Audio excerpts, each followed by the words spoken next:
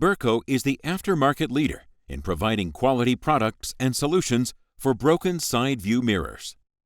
The following video equips you with easy-to-use instructions for installing your Burco replacement mirror. Reference the install code on your mirror glass replacement box. Replacing a damaged side view mirror can be performed in 6 easy steps using Burco mirror glass replacement.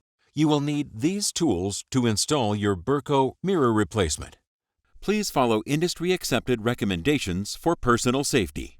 Install in a warm, dry environment.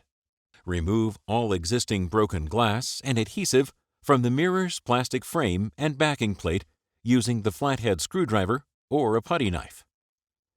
Disconnect heating wires from the old heating element. Thoroughly clean the backing plate with rubbing alcohol. Clean the mirror with glass cleaner. Test fit the mirror glass replacement before proceeding to the next step. Apply Burco Redi Stick adhesive patches. Paper backing must be removed to expose the adhesive. Reconnect the heating wires to Burco mirror glass replacement terminal lead. Align and press the heated mirror glass replacement directly to the backing plate with firm yet gentle pressure. Clean the installed Burco mirror glass replacement with glass cleaner.